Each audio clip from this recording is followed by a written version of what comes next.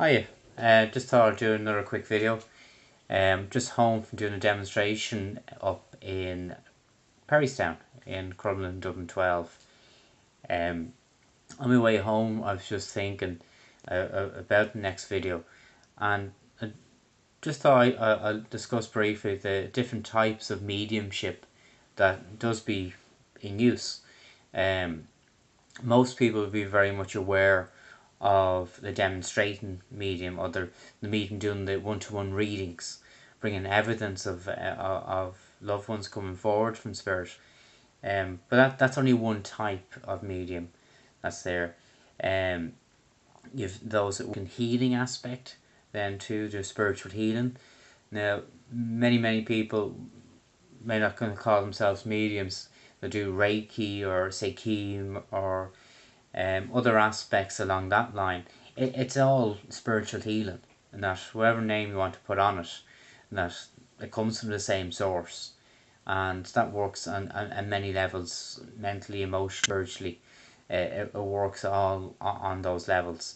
So you have that aspect of it.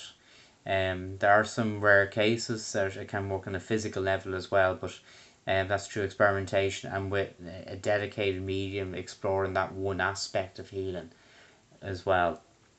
Um, with all mediumship, we're working with an altered state of mind, of consciousness, and uh, with the everyday medium, instead of the demonstrators and readers in that way, they're working, and it's a lot of them that's there, a huge amount of them that are present. They're aware of spirit, and they're describing what they're seeing, what they're feeling, what they're hearing and aware of.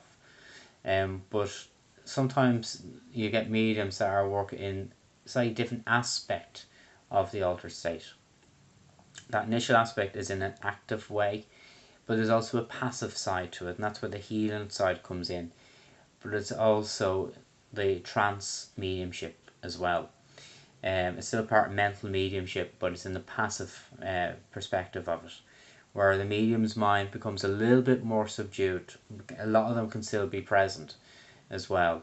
Initially, in the early days, it's going to be very much 99% the medium, 1% spirit, and as the medium becomes more uh, developed and continues that process of developing, there comes a little bit more spirit and a little less the medium. So it could be 98% the medium, 2% spirit, and then 97% the medium, 3% spirit, and so on. So it gets to a point where they go through stages of entrancement, it's known as. So the early stages are like inspirational stage, inspirational speaking, is when the medium is the one that begins the process and speaks of a topic. But as that medium begins speaking, spirit influence then starts to blend with that speaker, and then you can notice then during that talk where the changes are, when the depth kicks in, then to the philosophy kicks in as well. Generally, with those or within spiritualism, will speak of the seven principles of spiritualism, and one of those aspects. But when you're just doing a talk, spirit just comes in and inspires the medium's mind with an area to go with, and then if the medium allows that process to continue, the blend to become more deeper, the talk can become more in depth, more philosophical maybe, because you're allowing that external influence of a philosopher, if you will, from spirit to come forward and share their thoughts. It's still very much the medium persona. You're seeing their own body language, their own voice. There's nothing changes there. It's very natural. It's when then we start exploring that more, for those who wish to explore the trance area of it. So you're going into like a very light stage of trance as well. There can be slight changes in the personality of the medium. I know with me in my early stages, it was very much me speaking, but there's still the influence of spirit coming forward of one philosopher. But gradually, as the power developed, he became more and more noticeable. The tone of voice would change, and it's cooperation. and it's just allowing a little bit more of them to be noticed, to be seen and observed. Some you might get slight facial changes then too as the energy builds up around the medium's face. It's a process known as overshadowing, and so you might see a slight alteration within the face with your clairvoyance.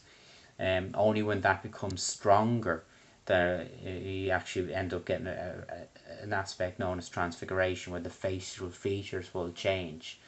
A lady that has no beard naturally could end up having a gentleman coming forward from spirit, and the beard could be formed on their face. And that comes a little bit later on. We'll get to that in a moment, why that happens. But you get that aspect, and as that builds and develops that little bit more, you begin to see it more of an influence of the spirit. So it could be 90% the medium and 10% spirit, and then 85% the medium and 15% the spirit. And then the tone of voice, the inflection, the words that are used are very different sometimes in the medium's vocabulary. Other languages have been spoken before by some trance mediums as well. And then going into that altered state a little bit deeper, and that you can get an aspect known as trance communication, where family members can speak through the medium. It's one aspect that's only starting to unfold with me and develop, and I've been exploring trance now since 2007, so a good number of years now, and it's only starting to take off in that direction. And still many years of development ahead of me for that one aspect to become more solid. So you have that aspect come true. That's all the spoken word and that. But then you also have an aspect of trance which is very much in a passive state in the old days. We have deep trance mediums, which we rare. It'd be rare to have a deep trance medium, like the medium goes asleep almost, and his consciousness comes forward of a guide, inspirer, and that becomes more prevalent then. With physical mediumship though, it's physical, as the word says. It has to be physically happening in the room. Medium and not medium will witness or should witness what happens as well. You don't need clairvoyance, you don't need clairsentience, any of them. It's with physical aspect in the room. It's rare. It's not.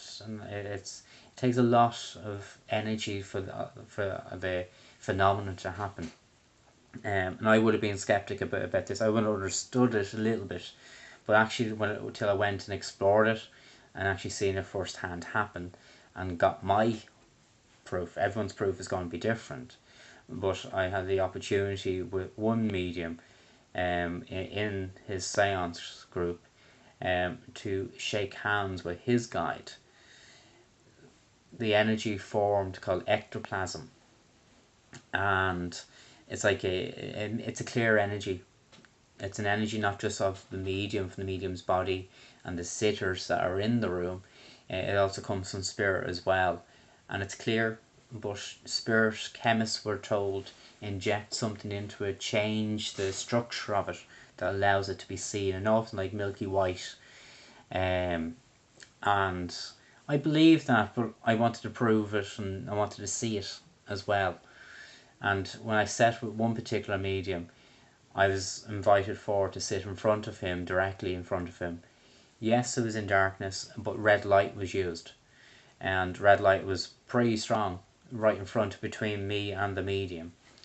And his hands were cable tied into a chair, and that's just to show that he wasn't doing anything. It wasn't his hand I was about to shake hands with. And I watched the energy of the ectoplasm emerge from the solar plexus. It's an experience I'll never forget, and there was 13 people in the room watched this happen. It was like a clear heat haze, what it looked like, where you see a heat haze in the road, and then that became more misty, and then became a bit, there's a substance to it at the end, and as it rolled out of the energy center at the solar plexus, at the stomach, it rolled out onto the table. The heat haze got denser and denser, But then the fingers start forming out of thin air. And I wasn't hallucinating because the table was very much there. The light was very bright coming from underneath it.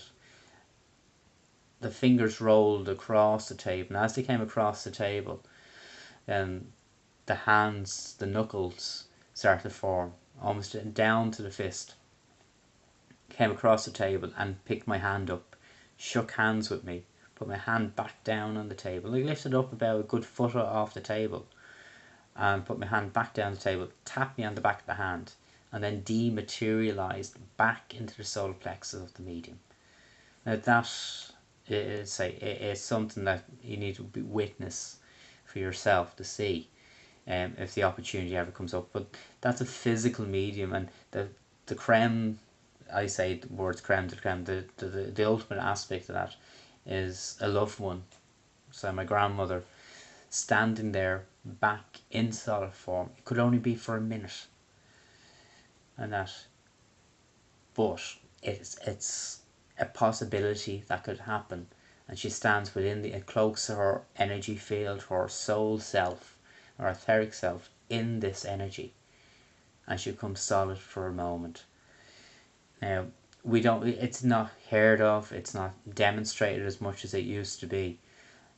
So some will never know this experience. I've always said within a seance, a true seance, not what you see on TV. That's dramatization, and that it's the most loving environment to be in, and the other word is so close to us there. And experiencing lovely communications that with through different mediums, and